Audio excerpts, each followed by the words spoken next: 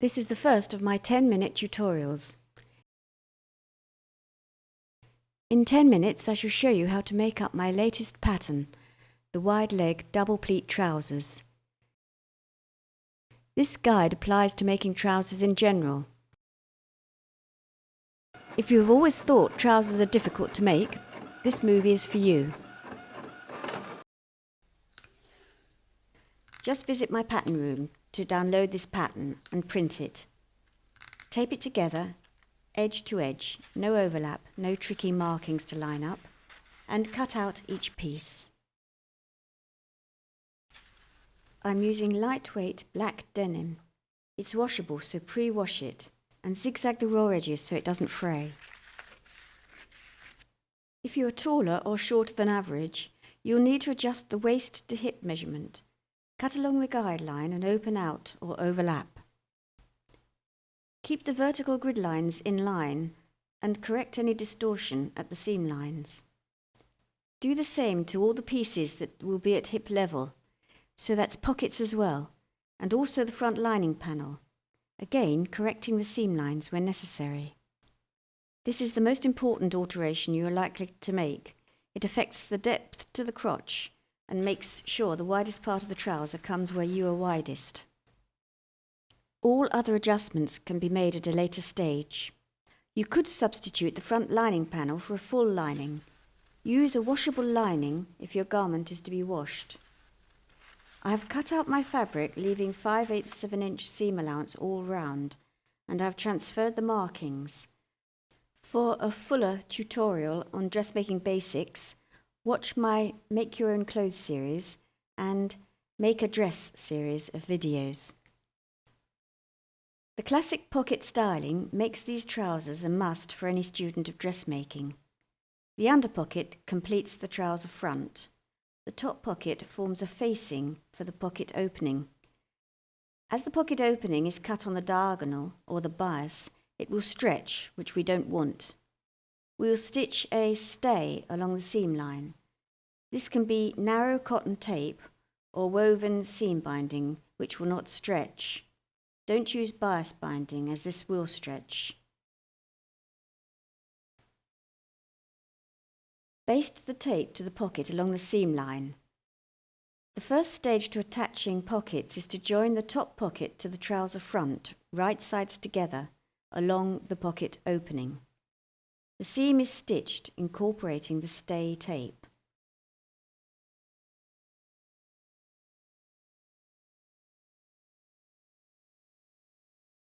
Turn the pocket to the inside and press, ready for top stitching.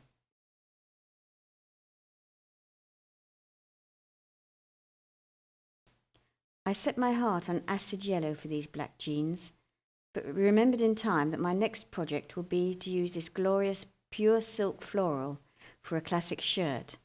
That would look great with these trousers, so I'm going for the golden yellow instead. Always practice your top stitching. I have lengthened the stitch and find I need to tighten the top tension considerably to avoid these loops appearing on the wrong side. That's much better. A perfect stitch. With the pocket opening nicely top stitched, we now need to attach the under pocket. With right sides together, it is a doddle to pin and stitch it to the top pocket. Stitch from edge to edge, keeping the pocket free from the trouser front.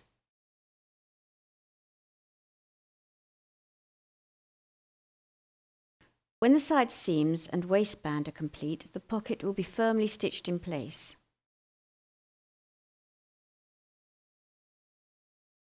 In the meantime, pin the pockets to keep the garment in shape as we deal with the front pleats. Pleat-fronted trousers are going to be big news, and waists are in. Trouser style is returning to a more flattering classic look. Even though I'm working with denim, these trousers speak sophistication. They are easy to wear and comfortable, and look great with a shirt tucked in or a sweater loose to the hips.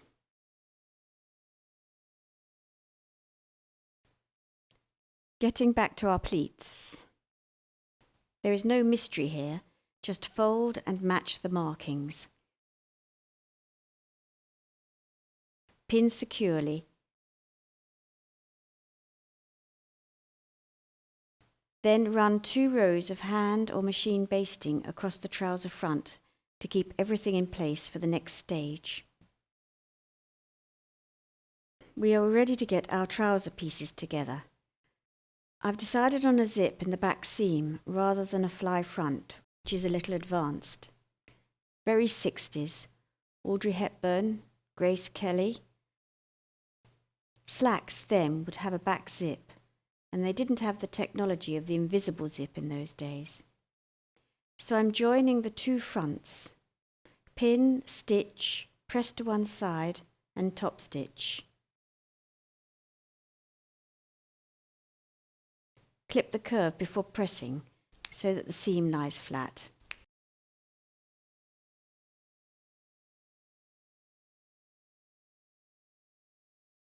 A lovely, flattering finish.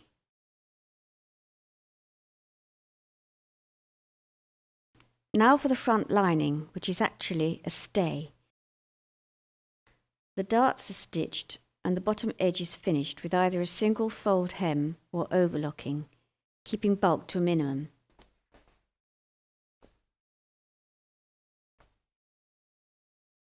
The lining provides support for the figure, allowing the pleats to hang as they should.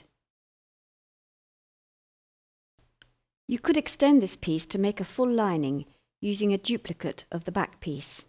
I love to fully line my trousers, even jeans, absolute luxury. This lining piece is hand tacked in place. The front is now finished and preparing the back is simple. Insert the invisible zip, watch my video, how to make your own clothes, and then stitch the darts, pressing towards centre. We are now on the home stretch. You have a choice. Where would you like to see the top stitching? American jeans traditionally have it on the inside leg seam to strengthen the seam when you're riding your horse.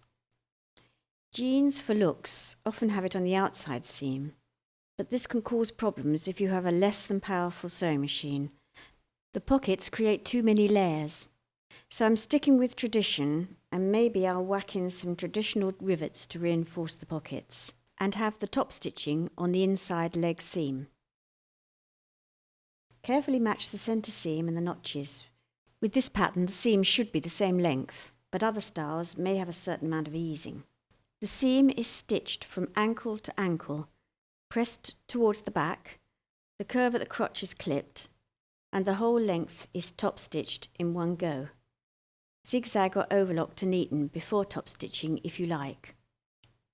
Turn inside out, and with right sides together, match, pin and stitch the outside leg seams. If you have any doubts about fit, just baste and try on before stitching. Press the seam to the rear, neatening with zigzag or overlocking if you wish. So that's both legs stitched, so we now have a pair of trousers. 1 minute to go, so a very quick guide to attaching the waistband and the hem. I'm using this convenient waistband interfacing, which is iron-on and incorporates stiffening. Cut it to the length of your waistband plus seam allowance. Transfer markings, the centres and side seams. Use the interfacing as a pattern and cut out your fabric and iron on. Attach the waistband, right sides together, matching markings to seams. The extension should be on the right side, so it is overlapped by the left side, which is flush with the centre back. Stitch the ends, miter the corners and trim excess bulk. Turn the waistband through and tack the underside in place over the seam. Top stitch round the waistband from the right side, remove tacks and basting, check hem length, blind hem, press, you're done. Enjoy.